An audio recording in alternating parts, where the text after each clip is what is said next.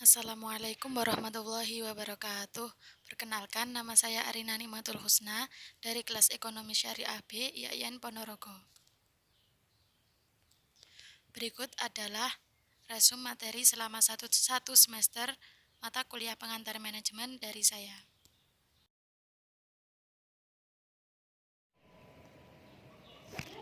Yang pertama, konsep dasar manajemen. Pengertian konsep dasar manajemen secara bahasa yaitu seni untuk mengatur. Manajemen merupakan seperangkat prinsip yang berkaitan dengan fungsi perencanaan, pengorganisasian, pengarahan, penyusunan, dan pengawasan. Penerapan prinsip ini dalam pemanfaatan sumber daya fisik, keuangan manusia, dan informasi secara efisien dan efektif untuk mencapai tujuan organisasi. Fungsi manajemen. Yang pertama perencanaan, kemudian pengorganisasian, penyusunan, pengarahan, dan yang terakhir pengawasan. Selanjutnya, mengenai sejarah perkembangan manajemen. Daniel Rand membagi evolusi pemikiran manajemen menjadi 4 bagian, yaitu yang pertama adalah pemikiran awal, ditandai dengan 2 peristiwa, yaitu yang pertama, Adam Smith yang menerbitkan doktrin ekonomi klasik dalam bukunya yang berjudul The Wealth of Nations, yang berisi tentang keunggulan ekonomi yang akan diperoleh organisasi dari pembagian kerja, yaitu perincian pekerjaan ke dalam tugas yang lebih spesifik dan berulang. Kesimpulan pembagian kerja dapat meningkatkan produktivitas dengan meningkatnya keterampilan dan kecekatan tiap pekerja, menghemat waktu yang terbuang, menciptakan mesin dan penemuan lain yang dapat menghemat tenaga kerja. Peristiwa yang kedua adalah revolusi industri di Inggris. Peristiwa ini menandai dimulainya penggunaan mesin yang menggantikan tenaga kerja dan berakibat pada pindahnya kegiatan produksi dari rumah ke tempat yang lebih khusus, yaitu disebut dengan pabrik. Setelah terjadi 2 peristiwa tersebut, kemudian ilmu manajemen mulai dikembangkan oleh para ahli. Selanjutnya adalah era manajemen ilmiah, ditandai dengan berkembangnya perkembangan ilmu manajemen yang dipopulerkan oleh Frederick Winslow Taylor, yang mendeskripsikan manajemen ilmiah sebagai penggunaan metode ilmiah untuk menentukan cara terbaik dalam menyelesaikan pekerjaan. Kemudian munculnya gagasan ide dari Henry Gantt dan keluarga Gilbert mengenai seorang mandor yang harus mampu memberi pendidikan kepada pekerjanya agar bersifat kooperatif dan rajin. Dan juga hadirnya teori administratif, yaitu teori mengenai apa yang seharusnya dilakukan oleh manajer. Patrick Blankett melahirkan ilmu riset operasi yang merupakan kombinasi dari teori statistika dan teori mikroekonomi. Selanjutnya, era manusia sosial, ditandai dengan lahirnya mazhab perilaku yang katalis utamanya adalah serangkaian studi penelitian yang dikenal dengan eksperimen Hawthorne, yang bertujuan mempelajari pengaruh berbagai macam tingkat penerangan lampu terhadap produktivitas kerja. Henry Parker Follett menerbitkan buku berjudul Creative Experience. Chester Barnard menulis buku berjudul The Function of the Executive, yang menggambarkan sebuah teori organisasi dalam rangka merangsang orang lain untuk memeriksa sistem kooperasi. Bernard juga mengembangkan teori penerimaan otoritas yang didasarkan pada gagasan bahwa atasan hanya memiliki kewenangan jika bawahannya menerima otoritasnya. Kemudian yang terakhir, era modern, ditandai dengan hadirnya konsep manajemen kualitas total pada abad 20 yang diperkenalkan oleh Edward Deming dan Joseph Juran. Kemudian selanjutnya adalah teori organisasi. Pengertian dari teori organisasi adalah teori untuk mempelajari tentang kerjasama pada setiap individu. Unsur pembentuk bentuknya adalah terdiri dari sekelompok orang, memiliki tujuan yang jelas, adanya kerjasama, memiliki peraturan, tempat, dan modal yang digunakan untuk mengembangkan organisasi tersebut. Kemudian bentuk organisasi terdiri dari 3 bentuk, yaitu yang pertama organisasi staf yang pelimpahan wewenangnya secara vertikal dari seseorang atasan pimpinan hingga pimpinan di bawahnya. Kemudian organisasi garis, organisasi yang pelimpahan wewenangnya langsung sepenuhnya kepada bawahannya. Yang selanjutnya organisasi fungsional, yaitu kekuasaan pimpinan dilimpahkan pada para pejabat yang memimpin satuan di bawahnya. Selanjutnya, manajer dalam kegiatan manajemen. Proses manajemen yaitu daur ulang beberapa kegiatan yang dasar yang berhubungan secara integral yang dilaksanakan dalam manajemen secara umum. Peran manajer adalah yang pertama membuat penugasan kerja, memberi pengarahan, melakukan tindak lanjut, memberi dukungan atau motivasi. Yang terakhir, pemecahan masalah. Intinya, tugasnya adalah memastikan dan mewujudkan agar tujuan organisasi dapat tercapai sesuai dengan rencana secara efisien dan efektif. Perencanaan. Perencanaan adalah suatu proses dalam menentukan apa yang seharusnya dilakukan dan yang sebenarnya sangat ingin dicapai di masa depan, untuk menetapkan berbagai langkah yang diperlukan untuk mencapai tujuan organisasi. Jenis perencanaan ada 3. Yang pertama jangka panjang atau strategis. Yang kedua taktis atau jangka menengah. Yang ketiga operasional atau jangka pendek. Selanjutnya adalah pengorganisasian. Pengertiannya yaitu pengorganisasian adalah cara mengatur pekerjaan dan pengalokasian pekerjaan di antara para anggota organisasi sehingga tujuan organisasi dapat dicapai secara efektif dan efisien. Tujuan pengorganisasian diantaranya adalah membantu koordinasi, memperlancar pengawasan, memaksimalkan pemanfaatan spesialisasi, penghematan biaya, serta meningkatkan kerukunan antara anggota atau antar manusia. Prinsip pengorganisasian. Yang pertama, prinsip spesialisasi kerja, yaitu pembagian pekerjaan menjadi sub-pekerjaan yang berbeda. Hal ini dapat meningkatkan produktivitas dan menyelesaikan pekerjaan secara efisien. Yang kedua, prinsip otoritas, yaitu hak untuk melakukan sesuatu, untuk membuat keputusan, memerintahkan orang lain untuk melakukan sesuatu, dan hak untuk mengalokasikan sumber daya atas nama organisasi untuk mencapai tujuan organisasi tersebut. Yang ketiga, prinsip rantai komando, yaitu konsep paling penting untuk membangun struktur organisasi yang solid. Kemudian, prinsip pendelegasian wewenang, yaitu seorang manajer sebagai kekuatan pendelegasian kepada bawahannya untuk melakukan sesuatu atau sebagai kekuatan untuk membuat keputusan.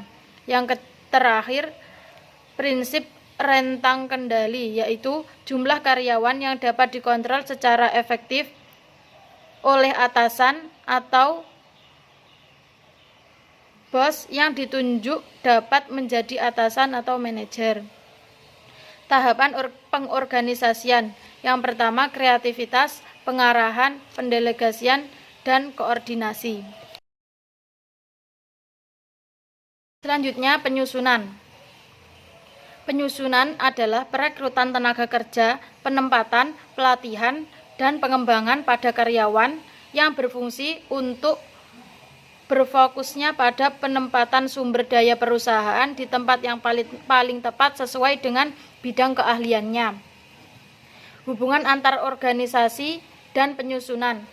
Yang pertama, untuk menampung berbagai kegiatan yang harus dilakukan pada suatu organisasi.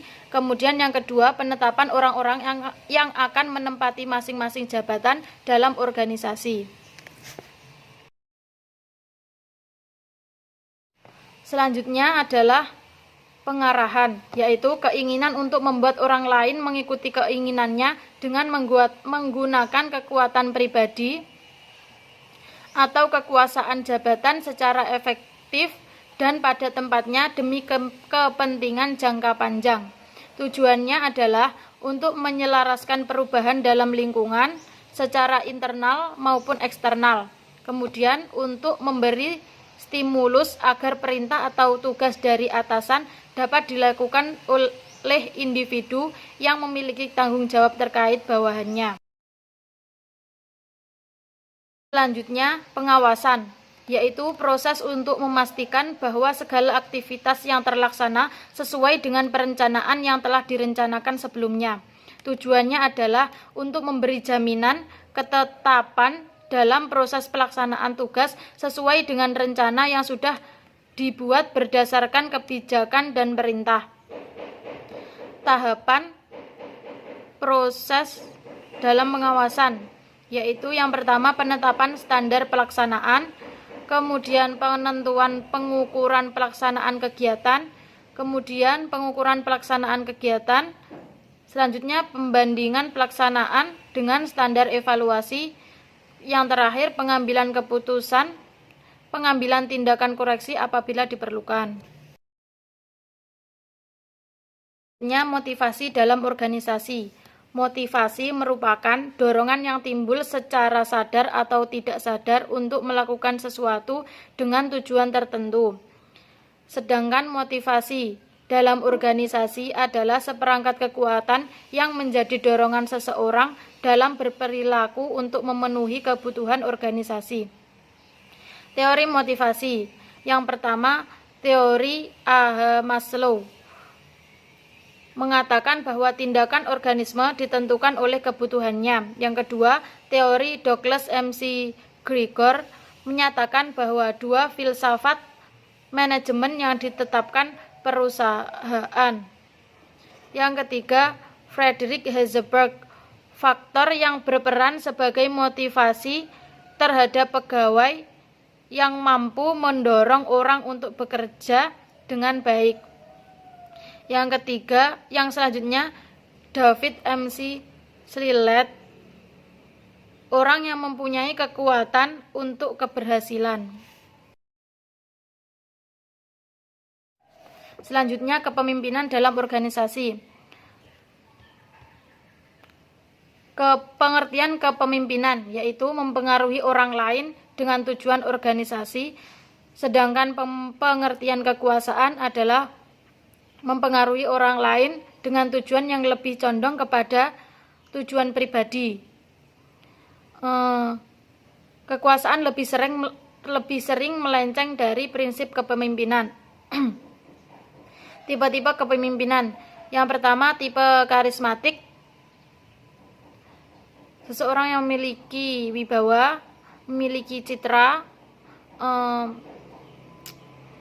memiliki penampilan yang menarik. Kemudian tipe transaksional, memiliki peran saling memahami antar sesama, perilakunya sesuai tugas dan tanggung jawabnya. Kemudian tipe transformatif, yaitu pemimpin yang mampu menciptakan perubahan, visioner, kreatif, adaptif, dan inovatif. Selanjutnya, karakteristik pemimpin. Yang pertama, mendengarkan keluh kesah dari pegawai. Yang kedua, mementori atau berbagi pengalaman kepada orang lain.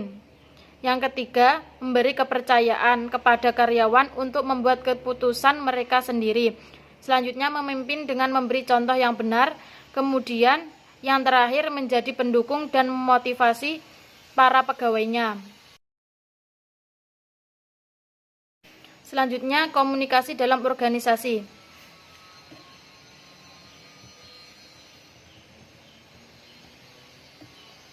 Pengertian komunikasi organisasi adalah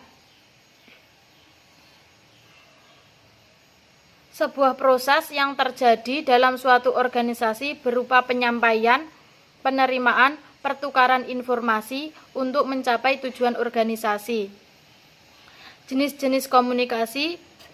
Yang pertama, komunikasi formal dan informal. Komunikasi formal memiliki struktur organisasi, pesan yang disampaikan berstandar. Informal terjadi dalam kelompok kecil, seperti antar anggota. Kemudian komunikasi terarah dibagi menjadi 3. Arah ke atas, yaitu karyawan kepada manajer. Kemudian horizontal antar karyawan, antar manusia. Kemudian yang ketiga ke bawah, yaitu manajer ke karyawan. Selanjutnya komunikasi internal dan eksternal. Internal antar anggota, sedangkan eksternal di luar organisasi. Yang terakhir komunikasi lisan dan tertulis. Komunikasi lisan seperti kelompok kecil atau antar individu, dan yang tertulis seperti dokumen atau kontrak kerja. Pengambilan keputusan. Pengertiannya adalah sesuatu yang muncul sebagai reaksi atas sebuah masalah antara perkara dan keadaan yang diinginkan. Hakikatnya, suatu pendekatan sistematis terhadap suatu masalah, pengumpulan fakta dan data. Jenis-jenis pengambilan keputusan. Yang pertama, terprogram, yaitu suatu keputusan yang terstruktur dan berulang yang dapat ditangani dengan pendekatan rutin. Sedangkan yang kedua, tidak terprogram, yaitu suatu keputusan yang memerlukan suatu pemecahan yang dibuat sesuai kebutuhan. Kemudian langkah-langkah dalam pengambilan keputusan. Yang pertama, menetapkan sasaran. Kedua, menentukan persoalan. Kemudian mengembangkan alternatif, mengevaluasi alternatif, memilih satu alternatif, dan melaksanakan keputusan tersebut. Yang terakhir adalah hubungan antar bidang manajemen. Kinerja organisasi. Yang pertama, efektif. Kemampuan untuk mencapai sasaran, melakukan sesuatu yang benar, berhasil guna. Kemudian efisien. Kemampuan meminimalkan penggunaan sumber daya untuk mencapai sasaran, melakukan sesuatu dengan benar, dan yang terakhir berdaya guna. Hubungan antar bidang manajemen. Manajemen SDM, sumber daya manusia, mencari orang yang tepat untuk setiap bagian, seperti perekrutan dan pengembangan. Kemudian manajer keuangan, mengelola dana. Manajer operasi, pengelolaan sumber daya perusahaan. Dan yang terakhir, manajer pemasaran, memilih pasar sasaran. Cukup sekian dari saya. Apabila ada kesalahan yang disengaja maupun tidak disengaja, mohon dimaafkan. Wassalamualaikum warahmatullahi wabarakatuh.